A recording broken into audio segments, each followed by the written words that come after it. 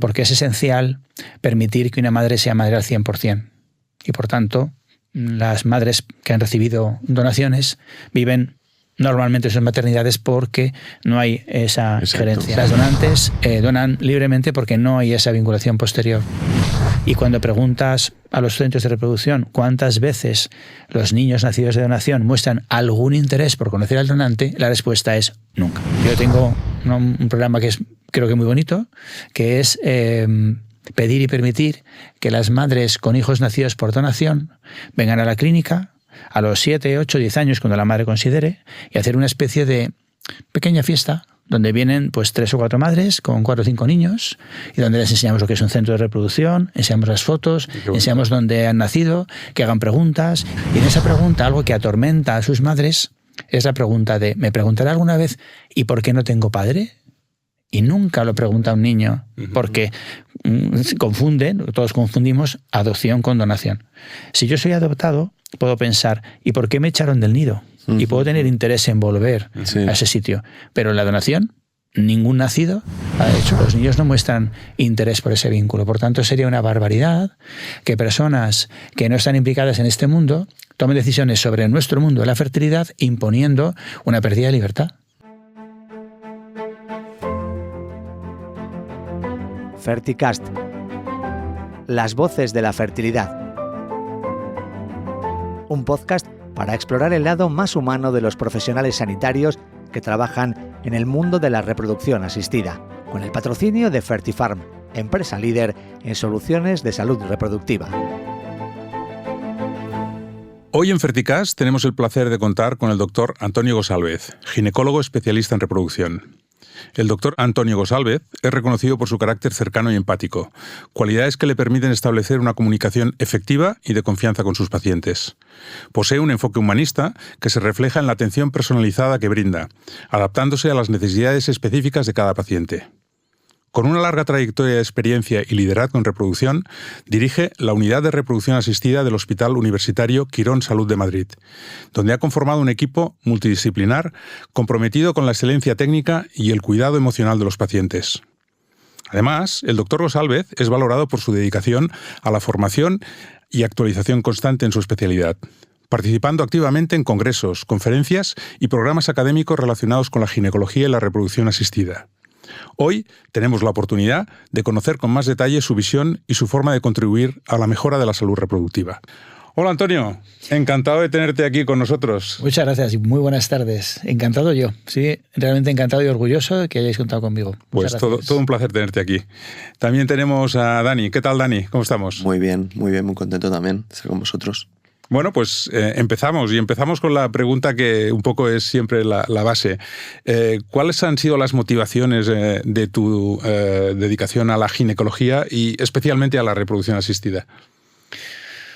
Pues mira, en esto creo que soy una persona un poco rara, porque mi cerebro, según decían los profesores y los psicólogos cuando hice BUP y COU, estaba destinado a ser lo que ellos decían y a mí me ofendía mucho porque no entendía lo que iba a ser analista de sistemas. Y es verdad que mi cerebro es muy matemático, muy cartesiano, pero eso es la mitad de mi cerebro. La otra mitad de mi cerebro es muy emocional y siempre he tenido una lucha interior hasta que he entendido que soy las dos personas a la vez. Pues ese cerebro racional es el mismo que tiene mi padre y en casa de niño había muchísima tecnología, había los primeros ordenadores, antes había circuitos impresos, había tornos, había muchas máquinas y esa tanta tecnología que teníamos en casa me hacía pasarme, por ejemplo, noches enteras programando. Y yo notaba que después de estar toda una noche programando, cuando volvía al mundo real, estaba hasta incómodo. Quería volver a mi nido de la programación. Y eso me daba miedo. No me gustaba porque notaba que estaba pues desatendiendo mi parte emotiva. Estaba solo. Empecé a pensar en hacer algo diferente y encontré, por casualidad, en lo que era entonces tercero de BUP, cosas de psicología, y un profesor nos enseñó cosas de percepción, cosas de cuando ves una cosa que es más grande que otra y realmente en el fondo son iguales. Me empezó a traer aquello y de aquello pues psicología, de allí me trajo psiquiatría yo hubiera sido un pésimo psiquiatra, seguro, porque no me manejo nada bien con la mente enferma, soy muy racional, y coincidió que en mi carrera de medicina, yo empecé en el 83, en 1984 nació el primer niño probeta en España. Y por eso la reproducción asistida estaba en paralelo. Y de hecho yo creo que soy de los pocos que hice ginecología por llegar a la reproducción asistida y no al contrario. Por eso desde un principio me atrajo la reproducción. Es curioso porque además el enfoque tuyo ha sido casi un poco salir fuera del área de confort, que era donde dominabas, que era la parte de datos y la parte de pensamiento analítico, ¿no? Cierto, para mi medio cerebro racional era salir de la zona de confort, pero para mi medio cerebro emocional era volver a casa. Bueno, de todas formas es curioso porque seguro que todo el mundo reconoce que tu capacidad analítica, y yo todavía recuerdo en unas conversaciones que tuvimos hace unos años cuando hablábamos de unos temas, que me recomendaste un libro que era Pensar rápido, pensar despacio. Bueno, no solo a mí, sino que era en una conferencia a todo el mundo, pero lo compré y realmente responde mucho al perfil que estabas comentando. Cuéntanos, ¿cuál ha sido el mayor reto al que te has enfrentado en toda tu carrera profesional? Pues creo que ha sido ayudar a una paciente muy compleja que conocí hace mucho tiempo. Yo empecé en el 12 de octubre, allí estudié la residencia, allí tuve la suerte de que el doctor Ruiz Balda me aceptara en el equipo de reproducción. Y allí, en esa época, hacíamos muchísima cirugía endoscópica. Era lo que se hacía. Y me tocó una paciente en quirófano, una niña, que había tenido una leucemia. Y después de la leucemia había tenido también un problema genital. Tenía un quiste achocolatado y parecía que era una malformación. Operé esa malformación de esa niña y bueno, pues seguimos en la consulta mucho tiempo. Y bastantes años más tarde apareció, ya trabajando en Quirón, una mujer con un papelito escrito con mi nombre, me encontró allí y según abrí la puerta de la consulta me echó la bronca. Pero doctor, ¿dónde se ha ido de lejos? Y después de la bronca, pues entendí que era la madre de esta cría, que me pedía ayuda. Esta, en ese momento ya adolescente, vino y tenía un problema gigantesco de obesidad y de autoestima. Tuvo un autotrasplante y tenía la piel pues muy lesionada por la lesión. Su autoestima por los suelos, una obesidad enorme y un problema muy importante de esa lesión consecutiva. Y bueno, pues el reto con ella fue conseguir que recuperara su autoestima, que perdiera peso, que se recuperara. Adelgazó, se puso muy mona, se casó, tuvo un hijo con técnicas de reproducción asistida, casi se muere en la cesárea por una gigantesca sangrado y preeclampsia y sigue a día de hoy pues siendo paciente mía. Y para mí ha sido mi mayor reto el conseguir como reconvertir una persona que estaba pasándolo muy mal desde el punto de vista personal y emotivo en una persona, vamos a llamar, normal, que tiene un desarrollo de vida normal. Y para mí ha sido quizá la paciente más importante de mi vida. Qué bueno. La llevas acompañando prácticamente toda su vida, ¿no? Desde viene al inicio, no sé qué edad tendría, pero hasta el día de hoy. Pues sí, 12 añitos tendría entonces por ahí, 12, 14 añitos. Y ahora pues es una mujer casada, con hijos, y que tengo la suerte que todas las navidades me viene a regalar un fantástico roscón. Y que seguimos en contacto porque hay muchas más terapias, sí. Una maravilla. Maravilloso. Antonio, yo te quería preguntar también que tú que llevas ya pues todos estos años, dices que iniciaste en el 83, en esta indicación, en la reproducción asistida, ¿cómo ves tú que ha sido la evolución desde que tú empezaste hasta lo que es hoy en día? Pues ha evolucionado de una profesión artesanal y preciosa, donde el valor de cada mínima cosa tenía un componente artístico, desde las medicaciones, la aplicación eran todo en viales, ampollas, había como que reconstituir y hacer unas por vías intramusculares. No lo habéis vivido, pero las primeras pautas que yo aprendí de mis mayores en el 12 de octubre eran pautas intramusculares a días alternos. Y los fármacos eran tan impuros que dejaban unos ronchones como melocotones. Y de esas pautas iniciales, donde bueno, las técnicas de inseminación se ponían capuchones cervicales para evitar que se saliera el semen, no había ecografía vaginal, la ecografía era abdominal. Es más, ni siquiera se hacían las ecografías en los centros de reproducción, se hacían en las unidades de ecografía. Y los médicos de repro lo hacían. Ya había terminado la laparoscopia, las punciones se hacían sin anestesia. Era una reproducción asistida en lápiz y papel. Y eso evolucionó a través de la tecnología y de la informática a una etapa mixta, que es la que a mí más me ha gustado, donde había incorporaciones tecnológicas, los primeros medicamentos más puros, los primeros estudios estadísticos porque teníamos ya ordenadores, el primer desarrollo de la ICSI, claro, trabajamos sin ICSI, el desarrollo quizás hasta el 2010 de la vitrificación de óvulos, y a partir de ahí empezó una etapa que yo creo que nos gusta menos a todos. Las mujeres ya tienen mucha peor respuesta, los semenes son malísimos, ya apenas podemos hacer inseminación artificial y tampoco casi veces ni siquiera FIV clásica. Prácticamente todo es en mujer mayor, llegamos al EGP y la reproducción se ha convertido en algo aburrido y monocorde. Ahora es mujer de 39 a 40 que llega, dices mal semen, vas a hacer un ciclo de FIV con DGP y hace ovodón. Entonces se ha limitado muchísimo el campo. No hacemos gran parte de la técnica y por tanto evolucionamos una técnica, una repro mucho más comercial, por desgracia, mucho más aburrida y con un futuro además mucho más duro, mucho más tecnológico y con un impacto menor en la parte emocional, que sigue siendo el centro de la reproducción asistida de largo. Estamos ante una pareja, sobre todo una mujer, que está sufriendo un montón. Y por tanto, esto no es una transacción donde vendemos dinero por éxito, sino que es el acompañamiento y el abrazo a una pareja que lo está pasando fatal. Y ese es el norte que no podemos perder. Sí, eso es cierto que en la reproducción cada vez hay más tecnificación, más datos, más información, pero parece que se está deshumanizando un poco. Estoy completamente de acuerdo. De hecho, iba a decir espantado y lo voy a decir, estoy espantado, porque hay centros donde empieza a gobernar ya el algoritmo. Ya estamos viendo cómo la inteligencia artificial está entrando en el campo, por ejemplo, de la selección de personal.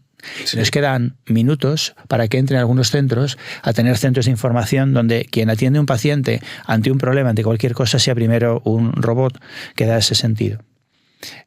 Nos gustaría a todos nosotros que ante un problema nos atendiera el robot del abogado, o cuando vamos a felicitar a nuestro amigo por su cumpleaños nos atendiera el robot del amigo o el robot del psicólogo.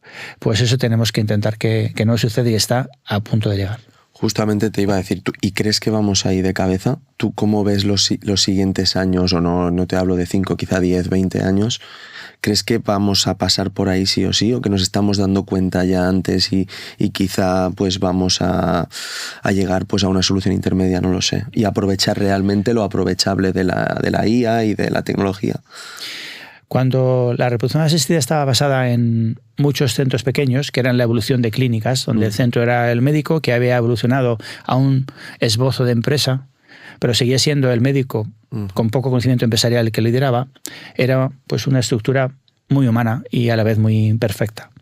Conforme han ido creciendo las estructuras empresariales y hemos ido siendo víctimas de la compra por parte de fondos de inversión, eso empieza a desnaturalizar la profesión, empieza a hacer que lo importante no sea la calidad de la clínica, sino la facturación de la clínica. Y por tanto empieza a desvirtuarse.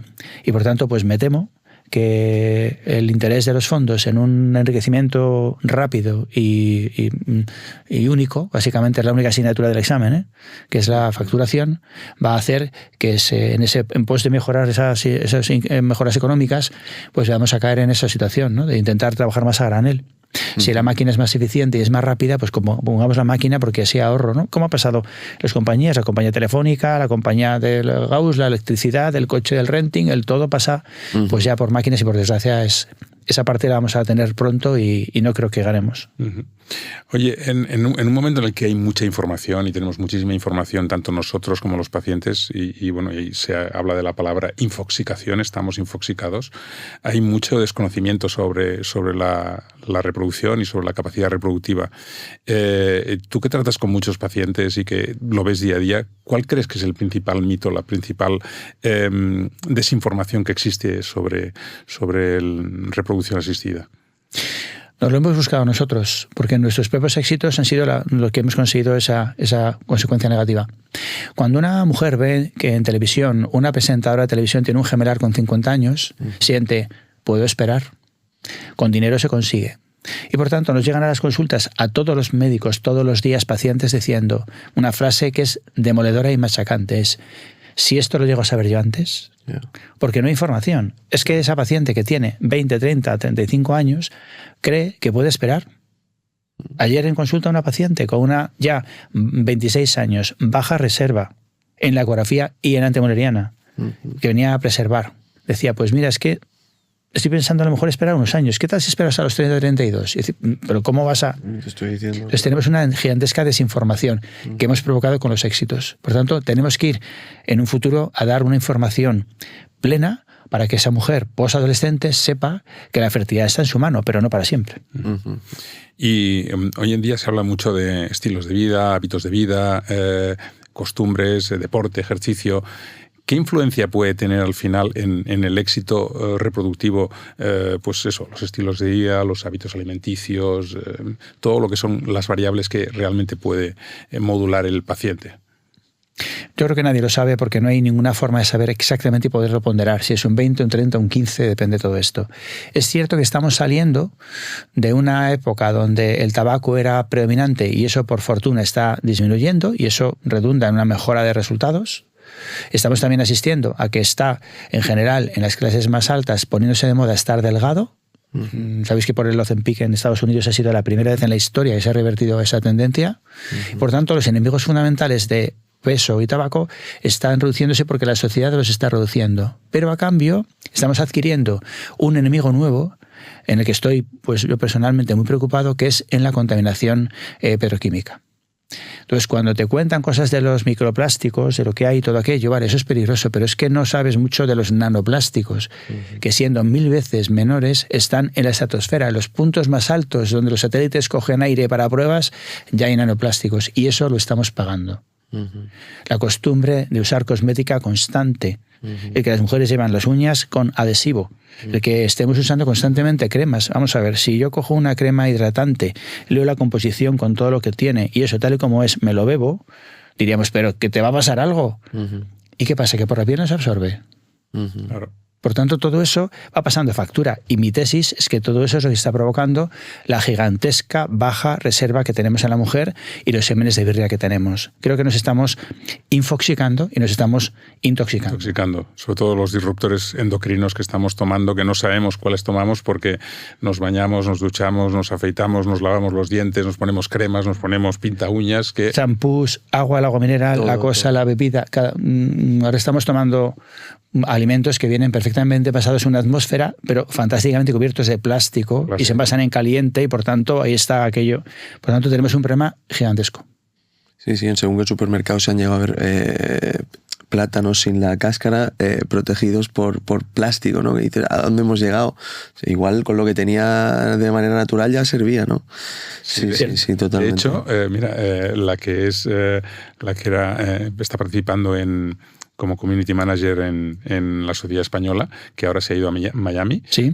Hizo hace poco un post en LinkedIn que comentaba, dice, es un país donde cuesta mucho, yo que soy preocupado por el medio ambiente, los plásticos, dice, encontrar algo que no esté envasado en plástico o en vidrio me cuesta 3 veces más que envasado en plástico. Es más fácil lo de plástico y es más fácil la comida basura que no la de calidad. Es decir, es todo lo contrario, ¿no? Sí. Antonio, yo te quería preguntar, hemos estado hablando de los avances, ¿no? de los inicios de la reproducción y de cómo a futuro más o menos dónde vamos, ¿no? Yo te quería preguntar por la inteligencia artificial real a día de hoy. Sabemos que hay en mecanismos donde ya se aplica 100% en el día a día. ¿Cuáles crees que han sido los avances o cuáles crees que van a ser los avances más prometedores con respecto a la IA o los que ya son de hecho una realidad? No estoy muy informado en el tema, no puedo contestarte cuáles son los avances actuales, pero sí puedo contestarte que la inteligencia artificial no es ni inteligente ni artificial. Hasta ahora estamos basados en métodos de análisis rápido y de predicción. Lo que está haciendo simplemente es enrutar la información de una manera ingentemente rápida. Y de hecho, pues hay pruebas que puedes hacer en Copilot, en Géminis, en cualquiera de estos, que ya sabéis esa discusión clásica que se le dice el 2 más 2 son 4, y dices, no, pues mi mujer dice que son 5, y dices, no, son 4, y mi mujer siempre tiene razón, y dice, perdona, entonces son 5. Y cosas similares. No puede crear ninguna cosa nueva. Dice, dime ideas para que, pues no crea ninguna cosa nueva, solamente aplica. Yo le veo dos peligros, y no estoy contento. Yo tengo fama y soy escéptico por naturaleza, pero tengo más miedo que ilusión. El primer miedo que tengo es que no es controlable. Es que cuando ahora dicen en una selección de personal que el mejor eres tú, no tengo ninguna forma detrás para demostrar que mejor eres tú, con lo cual el método científico ya no tiene sentido. Es que no podemos juzgar, no tenemos ninguna herramienta para saber realmente si eso ha acertado o no. Y lo segundo es que la inteligencia artificial en las aplicaciones, que es maravillosa y que uso, ha matado la verdad, ha matado la verosimilitud. Yo antes, si veía un vídeo tuyo, antes que estabas haciendo cosa muy buena, una cosa muy mala, lo estabas haciendo. Sí. Pero soy capaz de hacer un vídeo muy bueno de ti que tú no has hecho, o un vídeo muy malo de ti que tú no has hecho tampoco. Y por tanto ya no me creo los vídeos donde tú haces algo bueno o haces algo malo, porque puede ser todo mentira. Por tanto, todo es falseable. Ahora cualquiera, mi hijo, el otro día, una foto, la típica, vamos a ponerlos y tal y cual, ¿quién me hace la foto? No, papá, no. La hago yo en Google, me pongo. Con lo cual hace la foto, coge el otro, pum, se pone y aparece en la foto. Y ya no es el camarero que me haga la foto, es que ya lo hace. Entonces todo eso es un avance relativo, porque hemos perdido, creo, la verosimilitud. Ya no se puede ver. Oye, uno de los problemas a los que se enfrenta hoy en día la reproducción es que, claro, lo comentabas antes, ¿no? Los pacientes cada vez son más mayores, cada vez hay pacientes más complejos, ya el modelo de familia está cambiando y, claro, eso al final hace que vosotros tengáis que enfrentáis a muchos dilemas éticos, ¿no? ¿Cómo manejáis los dilemas éticos y dónde tenéis las líneas rojas? Porque hay algunas que sí que están marcadas, pero otras son al final un poco muy de libre decisión, ¿no? Del centro, del profesional. En mi opinión, y tal como hacemos nosotros, los dilemas éticos los decidimos en sesión clínica. Porque no creo que ninguno de nosotros tenga una visión suficientemente amplia para tomar una decisión particular. Y de hecho hay algunas veces que yo sería más flexible en algunas cosas, porque por ejemplo soy más de cumplir el espíritu de la ley, que la literalidad de la ley actual, ¿no? Que es bastante floja, y parte de mi equipo pues prefiere cumplir la ley de manera más literal, y al final pues se cumple porque parte lo hace. En general, trabajando en grupo nos mantenemos más moderados y luego pues tener muy claro una norma que es muy sencilla. No le hagas ni dejes hacer a alguien algo que no harías contigo o con tu hermana. Si tú a tu hermana dejas ponerse esto o no hacerlo, hazlo contigo y con el demás. Entonces, no me siento que tenga que tomar decisiones éticas. Lo que puedo hacer solamente es decidir a este paciente le acepto o a este paciente no le acepto. Y aconsejar, mire, yo con ese útero yo no intentaría tener hijos, como hace poco me tocó decir a una mujer. Y en ese sentido, ¿notas diferencia, por ejemplo, entre las generaciones más jóvenes y posiblemente nuestra generación? ¿Hay diferencias en estas valoraciones sobre aspectos éticos o es el mismo enfoque? Porque has comentado, dices, yo sería en algunos casos más y el equipo es precisamente menos, ¿no? El equipo es heterogéneo y no tiene tanto que ver con edades, sino con formaciones, formas de ser y formas de vivencia. Bueno, siempre hay una frase, creo que es, no sé si es Platón o es Sócrates el que decía una frase que las nuevas generaciones son un desastre. No respetan a los mayores, ya no se ponen de pie cuando entramos, entonces a lo mejor soy víctima de la edad. Sí, posiblemente. Y es probable que las nuevas generaciones nos den 200 vueltas en algunas cosas. Es verdad que mi punto de vista es que las nuevas generaciones tienen un mucho mayor respeto a la libertad del otro, pero también una mucho menor respeto personal. Es decir, antes, por ejemplo, por poner un ejemplo un poco más banal, las normas de tráfico significaban que la raya continua significa no pases nunca. Y ahora la raya continua significa pase con cuidado. Porque tú vas por una vía, viene otro por enfrente y de repente por intermedio y se mete a aparcar a tu lado y dices, ¿pero qué estás haciendo? Dices que había un hueco. Y dices, no, si eso ya lo he visto. Lo que estoy preguntando es por qué has pasado si hay una raya continua, te das la vuelta como yo. Y te miran como diciendo, este marciano. Sí. Fíjate ir por la calle cuántos coches están aparcados en sentido contrario a cómo tienen que estar y cada uno de esos ha sido. Entonces creo que es la vejez. Es una muy buena reflexión. O los patinetes, la vejez de los patinetes también. Entonces estamos haciendo como Platón. Oye, Antonio, otra pregunta que te quería hacer es si tú ahora tuvieras la capacidad de cambiar algo de la medicina reproductiva, ¿qué sería? Pues mira, cambiaría de un plumazo la ley de reproducción. La ley de reproducción. La ley de reproducción. Porque fue muy brillante. No podemos olvidar que nuestros mayores hicieron una ley de reproducción en el 2006 que fue muy meritoria. Consiguieron aunar a muchas facciones diferentes, religiosas, políticas, conseguir que en ese momento se aceptara, por ejemplo, la destrucción de embriones y se diera salida a esos miles de embriones que había en algunas zonas. Eso fue muy meritorio. Y a la luz de los conocimientos de entonces, pues hicieron cosas que eran pues bastante razonables. Y de hecho, en un principio esa ley no tuvo oposición. Pero es verdad que desde el 2006 los políticos no han tenido ni un minuto en remozar una ley y han estado tan ocupados, como conocéis, en cosas tan importantes para todos nosotros, pero no ha habido rato ni un minuto para esa ley. ¿Por qué es importante que cambiemos la ley? Porque está siendo manifiestamente injusta. Por ejemplo, un varón puede tirar a la basura su semen congelado cuando él desee. Una mujer no puede tirar los óvulos a la basura cuando ella desee porque han sido equiparados a los embriones por un error legal. El legislador lo que estaba haciendo era sancionando de manera igual de grave la destrucción de un embrión que de un óvulo, y tiene su sentido, pero no limites la libertad de la mujer para tirarlo cuando ella quiera a la basura, por ejemplo. Lo segundo, que por esa no actualización, desde que los embriólogos inventaron y consiguieron hacer estudios genéticos a los embriones, yo preferiría ponerme un embrión euploide de una mujer de 40 años que no cualquier embrión de una mujer de 34. Y en cambio la ley permite donar a otros un embrión de 34 y no un embrión euploide de 40 años. Y por último, la libertad de elección de los padres. Estamos en un país donde la mitad de los concebidos, casi es una cifra dura, casi la mitad de los concebidos españoles son abortados. Con lo cual tenemos un país que permite plenamente la libertad de elección en el aborto. Y no lo critico, no es mi tema opinar sobre ese campo. Pero no hay equidad en que una persona pueda abortar cuando desee según la legislación y no decidir el destino de su embrión cuando le dé la misma gana. Por tanto, estamos protegiendo mucho más a un embrión congelado que a una mujer embarazada. Y eso pues no es justo. Sí, es cierto, es para reflexionar, pero políticamente va a ser complicado que se cambie la ley española de reproducción. Estamos en ello, estamos intentando a través de unos grupos de trabajo, intentar un poco por la puerta de atrás, conseguir motivar el cambio en nuestros eficientes políticos. Y ya que has entrado en este terreno, ¿crees que perder el anonimato de la donación va a ser algo que va a acabar implantándose o va a acabar preservándose? Por el bien de todos nosotros, de los niños nacidos y de la mujer, espero que nunca pase. Porque es esencial permitir que una madre sea madre al 100%.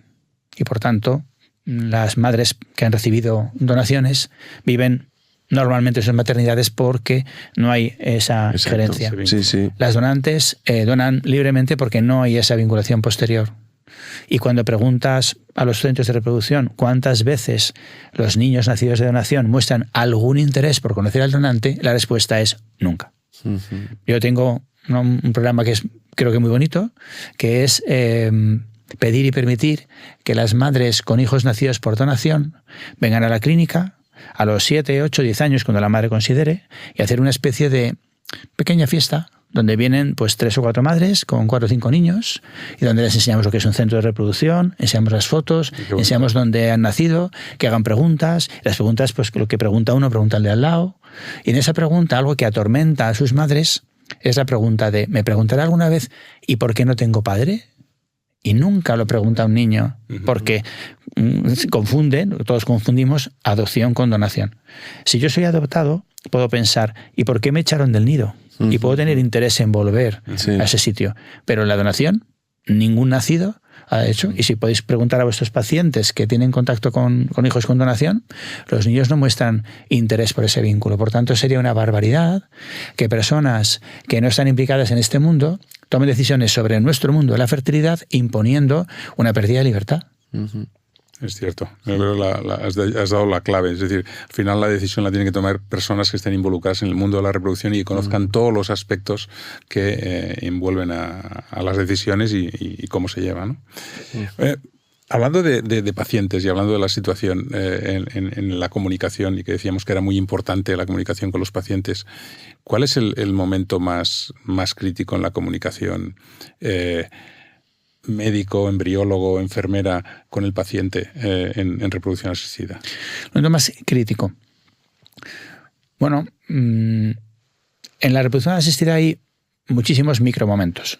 Hay mucha información y pensad y recordad que en reproducción asistida tenemos solamente una herramienta de trabajo con el paciente, que es la confianza. Yo te digo, te he sacado 6 y la paciente no lo puede contrastar. Usa el semen de tu marido y la paciente cómo lo sabe. Te quedan 2 congelados. Por tanto, hace falta una norma que vehiculiza toda la comunicación, es de una honestidad impecable, inquebrantable y exacta. La información es del paciente y tiene que recibirla toda y en ese momento. No se puede endulzar no te quise decir nada del embrión, pero era bastante feíto. No. Eso rompe todo. Tiene que ser información, ¿vale? Endulzada, pero tienes que dar la información que tienes que dar. Por lo cual, la primera es que es crítico cada momento de comunicación, cada llamada de teléfono. No puede decir, no es que el doctor no está cuando el doctor está. No es que el doctor no. Tiene que ser una información veraz siempre. Y lo segundo, que es para mí importante, tanto el momento de primera visita, nos lleva 1 hora el trabajo de primera visita, el contar todo bien, porque eso gestiona mejor las expectativas, como el momento de resultado negativo. Cuando un paciente tiene un resultado negativo, en mi opinión, debe tener una entrevista detallada y larga, explicando primero los hechos objetivos, qué es lo que ha pasado, su interpretación por mi parte, su interpretación por la suya, y juntos crear una solución de continuidad. De hecho, me he un poco también especializado en ese tipo de comunicación y he dado muchas charlas, conferencias de esto, de la visita de resultados negativos, y que eso pues lo llamamos el paciente encabronado. Un paciente que está enfadado por conseguir que ese paciente enfadado reconvierta el enfado y con eso consigas una mejora en tu organización. Ese es el momento para mí más crítico. Y en la relación que, claro, los pacientes cuando van a enfrentarse al proceso de dar el paso, de decir, vamos a tener un hijo por reproducción asistida, y hay una pareja que quiere empezar en ese proceso de reproducción, antes de empezar, ¿qué consejo le daríamos a una pareja que dice, me voy a embarcar en esta aventura? Que estudie, que pregunte, que se informe, que conozca en profundidad el proceso. Porque si conoce en profundidad el proceso, conseguirá una mejor gestión de expectativas. Lo que no les puede pasar es que una paciente venga, como también pasó hace unos pocos días en mi unidad, 43 años, que es una barbaridad, 2 o 3 folículos por cada ovario. El ginecólogo le informó de que, bueno, podía ser posible, fue un poco tibio y no fue suficientemente asertivo, y ese se llevó la idea a esa paciente que el podía ser posible, es que era una cosa que era probable. Dice, no, mira, no, es que mira, las posibilidades son muy reducidas, es que tienes este porcentaje, tienes el problema de la edad, la baja, esta condición, tenemos un éxito que es improbable. Pero ¿cómo que improbable? Si no, es claro improbable. Gestión de expectativas. Conocer. Es un tema muy clave. Además, de hecho, en las empresas de marketing una de las claves es gestionar las expectativas, porque si esperas 10 y consigues 11, es un éxito. Pero si esperas 100 y consigues 11, es un gran fracaso. Exacto. Sin duda. ¿Sabes cómo llamo yo eso habitualmente? El efecto McDonald's. ¿El efecto? McDonald's. McDonald's. Tú vas la foto del McDonald's y luego abre la hamburguesa. Ya. No se parecen en nada. ¿Con qué habrán hecho la foto? Yo a veces me lo pregunto. Bueno, y has visto palillos, sube todo de gente. Pues mira, tengo un truco que me contó una paciente justo de ese mundo del McDonald's y de todos estos. En esos procesos de sistematización, como es un McDonald's, al cual estamos, por desgracia, abocados, en que nos estamos olvidando de la calidad y metiendo todo aquello, si te sales del proceso, consigues mejor calidad. En esas hamburgueserías tienen un tope de tiempos. La hamburguesa tiene que estar dada en menos de 10 minutos. Como es menos de 10 minutos, significa que todas se dan con 9,5 minutos. Sí. Claro, si quieres una hamburguesa un poco más reciente, no tienes más que pedir una cosa extra. Y como es extra, la lechuga, el tomate, el pepinillo y el todo, llegas ahí y dices, quiero una hamburguesa, pero la quiero con extra de lechuga, extra de tomate, extra de cebolla, extra y con todos los extras que puedes. Lo cual te la hacen al momento. Te la hacen para ti y por lo menos se parece un poco más a la foto. Muy bueno, un buen truco.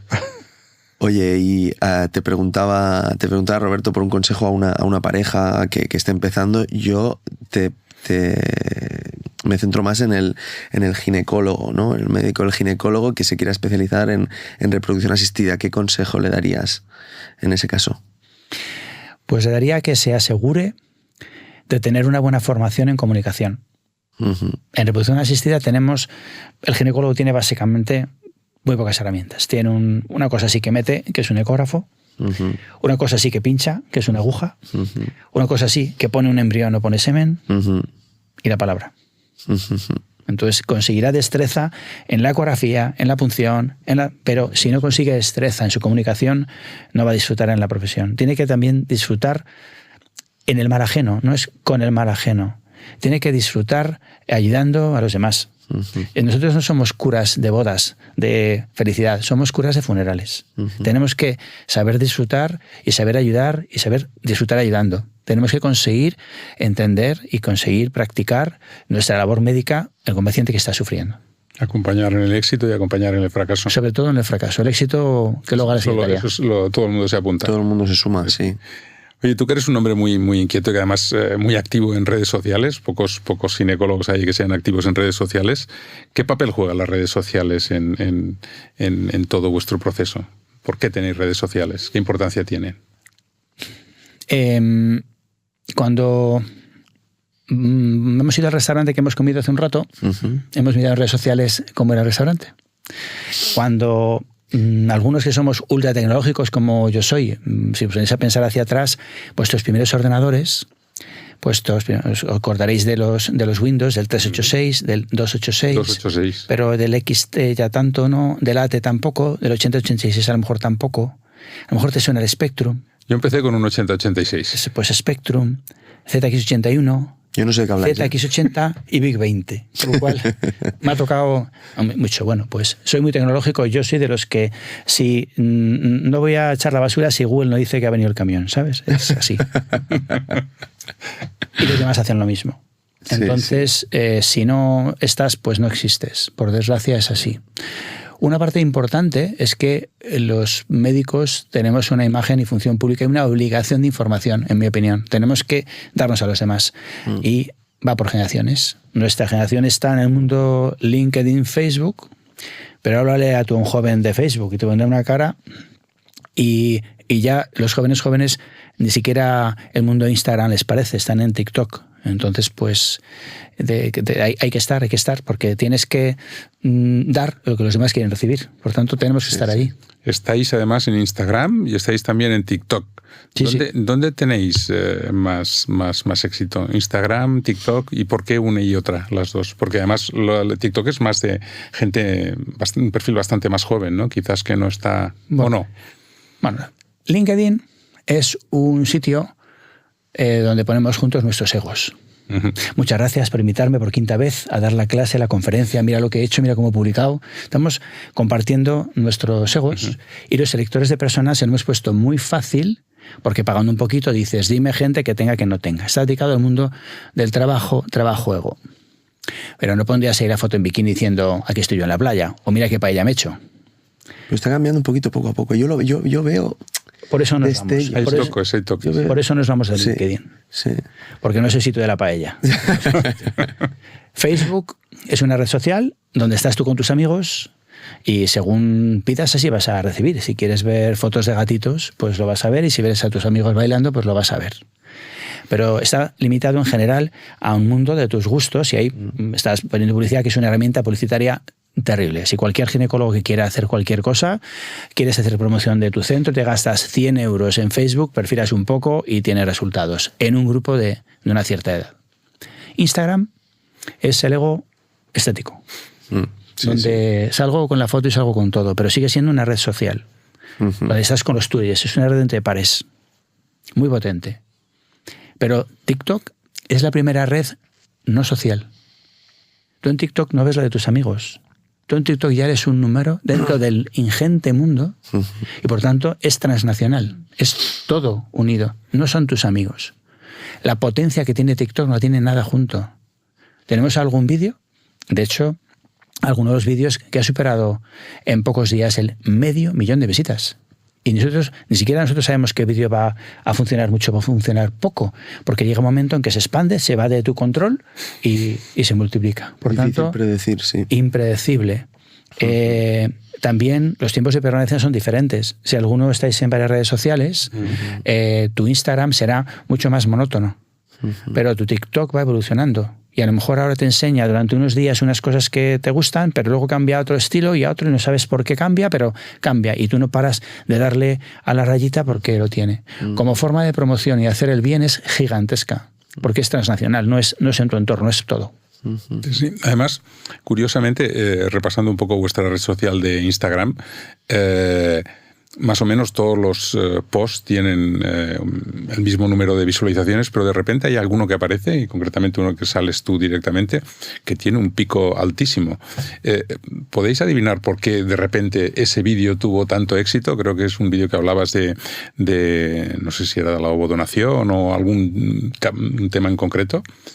No, yo por lo menos no lo sabemos. Sabemos, vemos tendencias, por ejemplo, que los vídeos que más atraen en general y que son un éxito seguro son todos aquellos que tienen tecnología. Todos donde hemos abierto las puertas y donde se está viendo pues un embriólogo haciendo una cosa, donde están viendo cómo es por dentro, es algo que tiene mucho más éxito en eso. Hablando de éxito como número de visitas. En ningún caso yo creo que puede alguien estar en redes sociales con intención de tener un retorno o de que vengan más pacientes o lo que sea. Tú estás ahí, en mi opinión, para intentar difundir la verdad y contar pues lo que los demás creo que quieres que escuchen.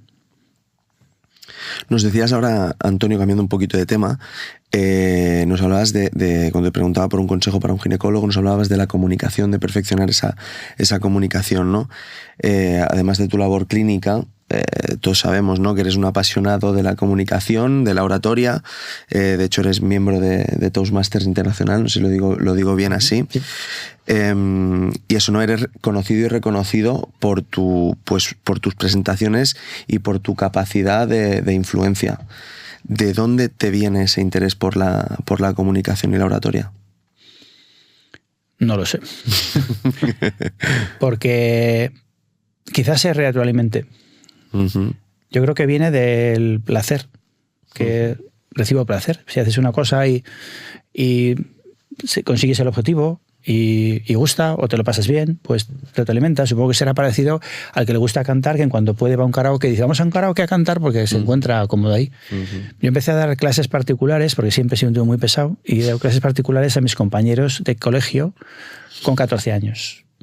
Al principio por un cierto gusto, luego por necesidad, y he estado siempre en formación. Luego aprobé el MIR muy bien, he estado toda una vida dando clases al principio en CTO, luego, y ha sido mi mundo.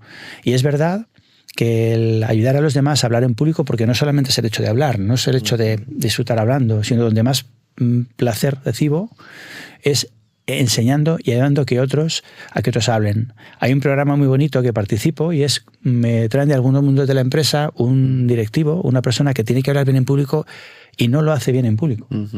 Y hacemos como una especie de mentoría individual donde si pudierais ver los vídeos de cómo hablaba antes y cómo habla después, pues hay unas mejoras muy grandes porque no nos enseñamos unos a otros. Tú hablas espontáneamente y crees que lo haces bien. Y hay formas de aprender, ¿no? Igual que hacer presentaciones. La verdad es que hay mucho margen. Mira, hay muchas más personas que se reconocen que no hablan bien en público, que le cuesta salir al escenario. Mucha gente dice, es que a mí me cuesta, no lo hago bien. Pero nadie dice, es que hago unas presentaciones horrorosas. Y hay mucha gente que hace unas presentaciones horrorosas. Es verdad. Y todos sentimos que con eso es suficiente, porque ni siquiera sabemos cómo se puede mejorar. Bueno, pues eso me gusta todavía más. El conseguir ayudar a la gente a que se exprese. Oye, ahora que nos hablas de eso, te voy a poner un nombrete. Venga. Danos 3 tips así rápidos para poder mejorar la comunicación en público. Para un ponente como tú, que por ejemplo eres capaz de, en un congreso, algún tema que incluso puede ser, como dices, a última hora, farragoso, pero eres capaz de despertar la atención de todo el mundo, de generar ese punto de interés. Danos 2 o 3 tips. Me voy a inventar sobre la marcha. Solo 3, eso me va a costar más. Bueno, pon 4 o 5, los que consideres que son... Te voy a contar de hablar y de presentaciones. Venga. Hablar. Tienes que hablar para algo. Tienes que dar un mensaje que se recuerde en una sola frase. La charla que estábamos hablando antes, que fue muy polémica en su momento, y gracias, no sé si Rocío oirá alguna vez esto, pero me invitaba algunas veces a sentarme y decía, tú habla de lo que quieras. Y escogí un tema que al principio le sorprendió algo, me dijo, que el tema era el fracaso de implantación no existe. Pues solo con el título de la charla ya has entendido. Otro título que puse era, hace tiempo. Yo estaba en esa charla. Sí. ¿Sobrevivirá tu centro al impacto demográfico? Pero es que eso fue el año 2014. Sí, claro, impacto demográfico. Y todavía 2014. No estábamos con todo esto, estábamos pensando. Entonces, primero tienes que hablar para algo. ¿Qué quieres decir? En una frase. Esa es la conclusión. Después, ¿cómo vas a demostrar tu conclusión? Esa es la parte intermedia de la charla. Y luego, ¿qué conocimientos le hacen falta previos para entenderte? Ese es el prólogo. Por lo tanto, empieza la charla del final al principio. Y después de todo eso, entiende que la gente no tiene por qué pensar que eres interesante. Presta respeto a la gente. Pues haz algo donde te merezcas la atención. Entonces hay muchas estrategias de comunicación. Una, pues por ejemplo, es hacerse el pobrecillo. Yo recuerdo cuando nos casamos, yo me casé, les pusieron un cura que era su primera boda. Y llegó allí el curita y dijo, bueno, perdónenme, es que es mi primera boda. Y solo con esa frase se ganó al público, todo el mundo estaba deseando. Pues a lo mejor es eso, es saludar, es hablar, es pedir disculpas, es hacer, es entrar. Esas 4, por ejemplo, para hablar.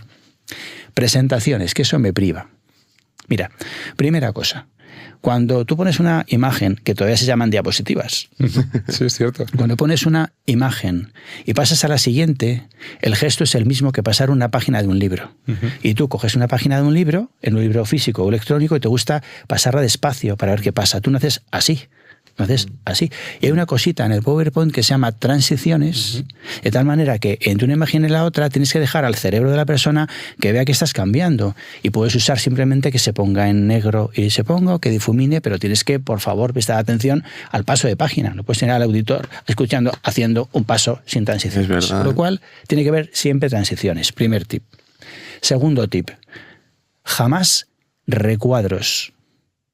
Eso es de la época que teníamos solamente el bolígrafo y el cartabón. Hoy tienes el contraste de tamaño, de movimiento, de colores, y por tanto el recuadro es obsoleto. La forma antigua de resaltar era poner en mayúsculas, subrayar, era meterle cosas a la presentación. Hoy en día el segundo es el cuadrado.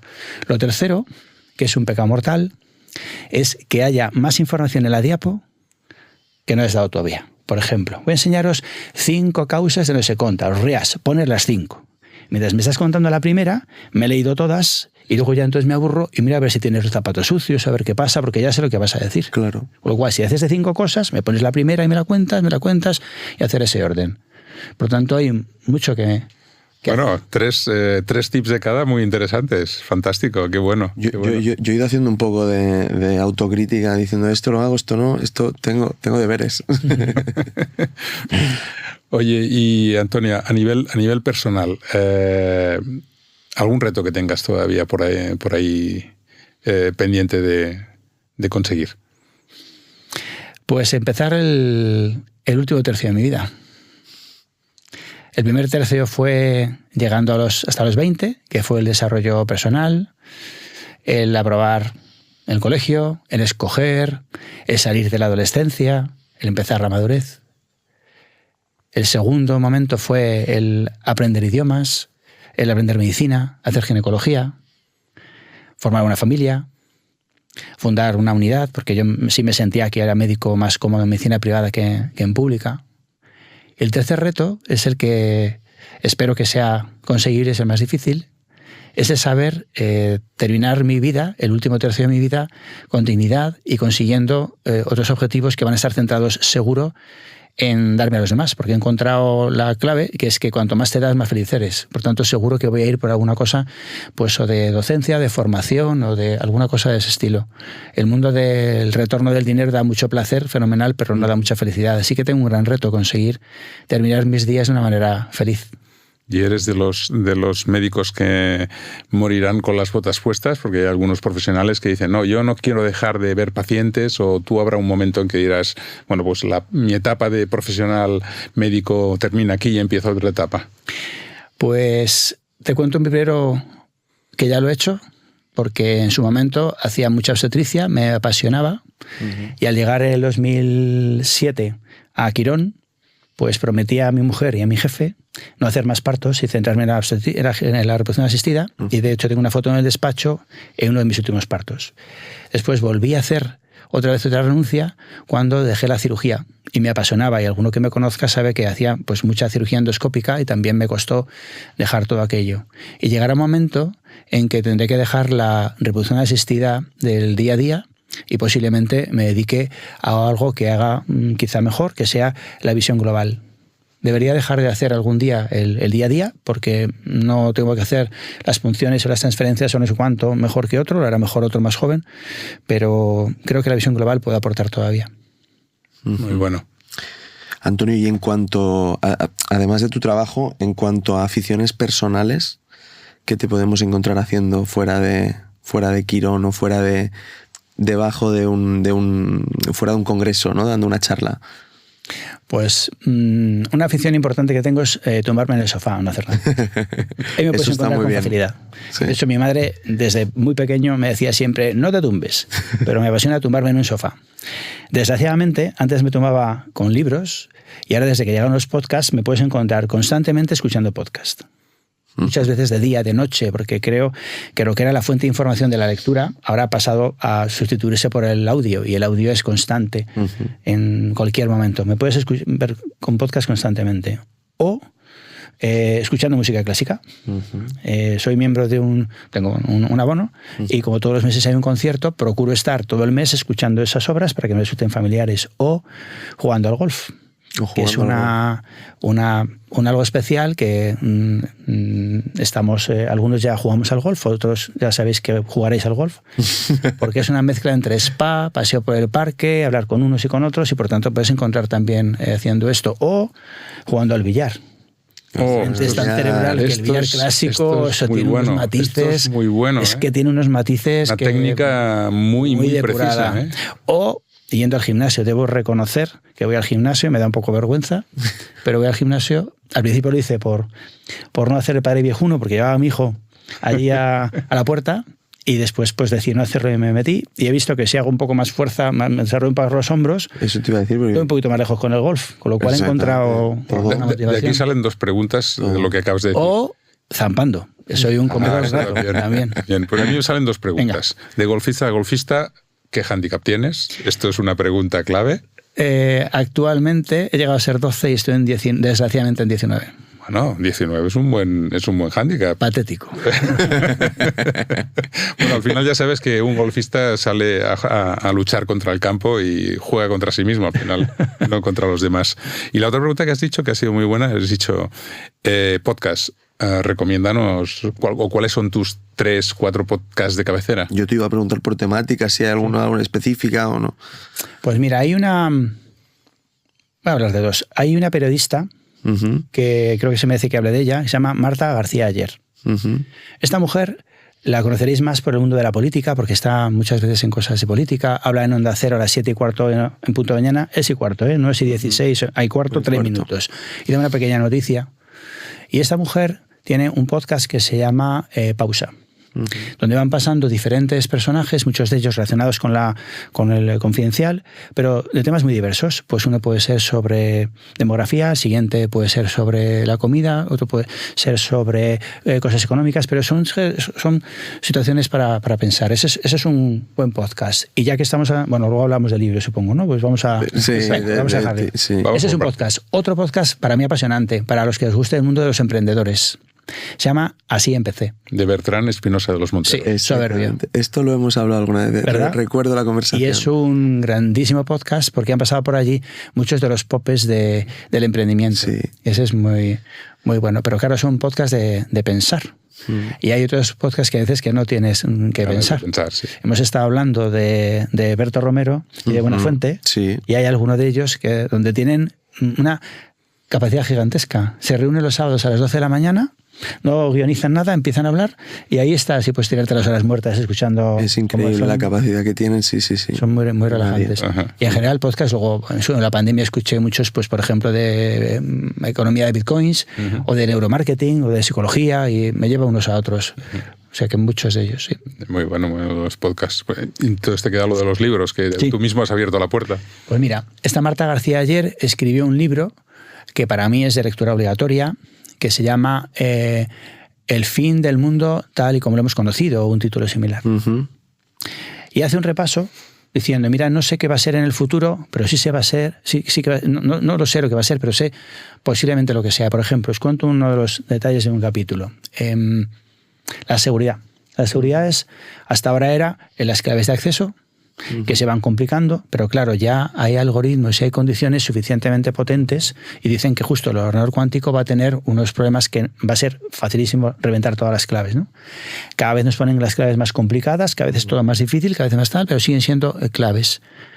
Y plantea, ¿y por qué no pasar entonces a algo con la huella dactilar, que sea inviolable? Y esa huella dactilar, por tanto, parece un avance científico. Y por tanto, ¿qué será en un futuro?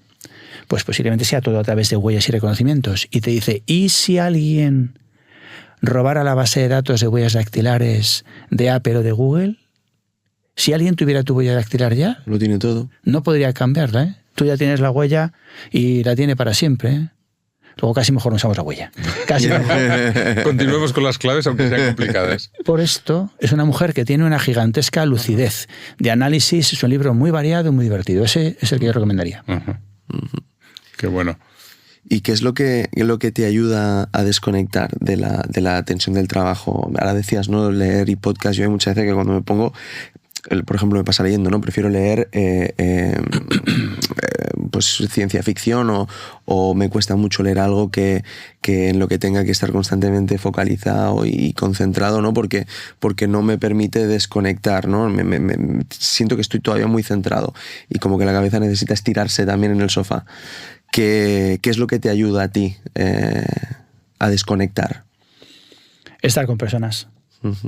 Hablar con un hijo, charlar con un amigo, tomar una cerveza, estar con gente. No me ayuda el cambiar de tema, profundizar, o hacer o hacer deporte, o estar solo.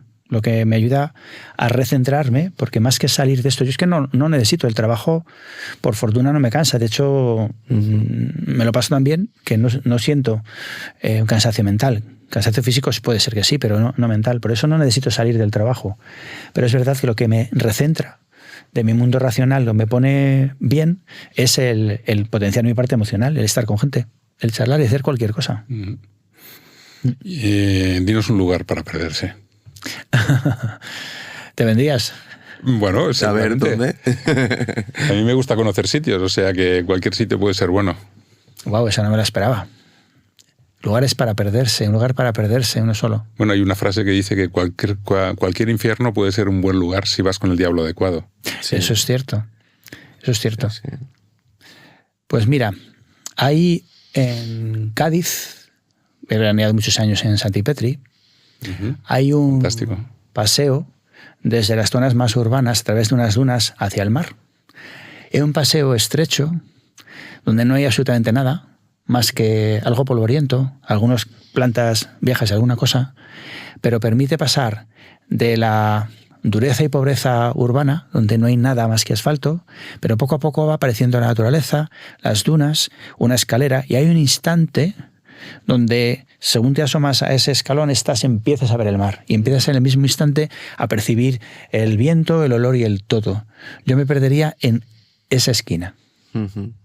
Un sitio fantástico, además suena muy bien, casi que lo hemos visualizado. Iríamos. Totalmente, yo también iría, sí.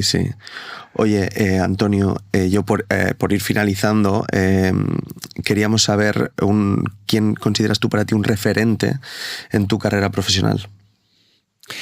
Pues mi referente, sin ninguna duda, es José Antonio Ruiz Balda.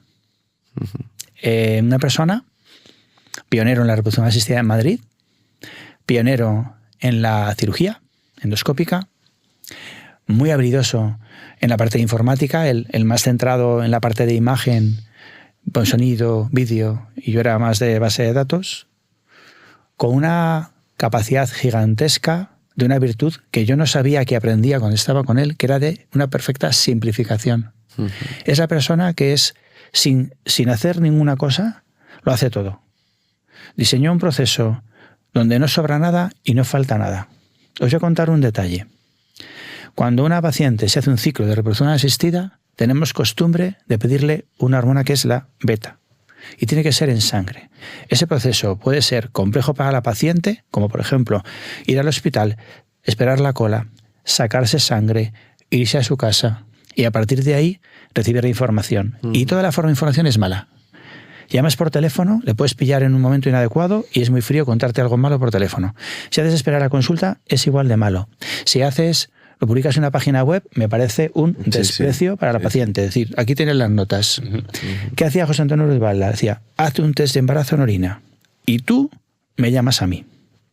Por tanto, permitía que la paciente se hiciera en su entorno personal el test con su amigo, con su marido, y que llorara o no a su manera, y cuando está en condiciones es ella la que te lo comunica a ti. Simple, barato, quita un proceso de en medio y quita un proceso inservible. ¿Y qué es lo que hace Toyota? ¿Qué es lo que hace Lean? ¿Qué hace todos los sistemas de gestión? Todo es simplificar, que quita procesos inservibles. Por tanto, José Antonio Ruiz Balda fue claramente mi mentor. Por lo menos yo me considero que eres mi maestro. No, y además, claro, un concepto que has dicho, hacer fácil lo difícil. Que eso es realmente no es fácil. Saben hacer los maestros. Es que no es fácil. Hacer los maestros. Muy bien. Oye, ya tenemos que acabar. Seguiríamos mucho más tiempo, pero nos toca acabar y siempre hacemos una última pregunta, y la pregunta es, tú estás aquí porque consideramos que tenías que estar y teníamos ganas que estuvieras, pero también porque alguien que estuvo en un podcast anterior dijo que le gustaría que tú estuvieras aquí. Entonces la pregunta también es obligada. ¿Quién te gustaría a ti que pasase por Ferticast y que lo pudiésemos entrevistar? Pues mira, yo me muero de ganas de que entrevistéis a dos personas, que son, y en ese orden, a Pedro Barry y a Toni Pellicer. Pero lo que me interesa de ellos más no es tanto su visión del presente, su visión del futuro, su visión de todo, sino sus comienzos. ¿Cómo fueron? Cómo Pedro Barry pasó de ser un estudiante a un estudiante de medicina, a un residente, y a convertirse en un referente y al inventor de nuestra profesión. Y cómo Toni Pellicer pasó de ser un ginecólogo a ser el creador de la versión 2.0 de la reproducción asistida. Para mí, Pedro Barry inventó la versión 1.0 de la reproducción y Toni Pellicer inventó la 2.0. El paso de la reproducción 1.0 a la versión empresarial. Por tanto, para mí son los dos. Ostras, por favor, candidatos. Y tanto que nos gustaría tenerlos aquí, y los vamos a invitar para que puedan estar aquí y escuchar un poco la historia de cómo fue esa génesis. Yo creo que es importante, porque además los dos son dos grandes figuras de lo que es hoy en día España en reproducción asistida, y que por eso estemos aquí hoy en día. Muy bien, tenemos que acabar ya. Antonio, ha sido un auténtico placer charlar contigo, descubrir un poquito más de tu visión, esa analítica, pero también esa visión humana, de cómo has sabido también hacer esa compensación saliendo de tu sitio de confort, trabajando en otras áreas, comunicación, trabajando en la parte emocional. La verdad es que ha sido fantástico y un auténtico placer charlar contigo y conocer un poquito más. Así que muchas gracias. Pues para mí todavía más. Muchas gracias por invitarme. Gracias. Pues nada, todo un placer. Dani, gracias. Y a vosotros. Bueno, esperamos poder seguir el próximo Ferticast y poder tener aquí a Pedro Barry y a Toni Pellicer. Gracias. Has escuchado Ferticast, las voces de la fertilidad. Suscríbete ahora en Spotify, iVoox, Apple Podcast o YouTube para no perderte ningún episodio. Únete así a la conversación sobre el lado más humano de la salud reproductiva. Este podcast es posible gracias al patrocinio de Fertifarm, empresa española dedicada exclusivamente al mundo de la fertilidad. Nuestra dedicación exclusiva hacia las clínicas y centros de reproducción asistida nos permite aportar innovaciones y soluciones innovadoras en salud reproductiva.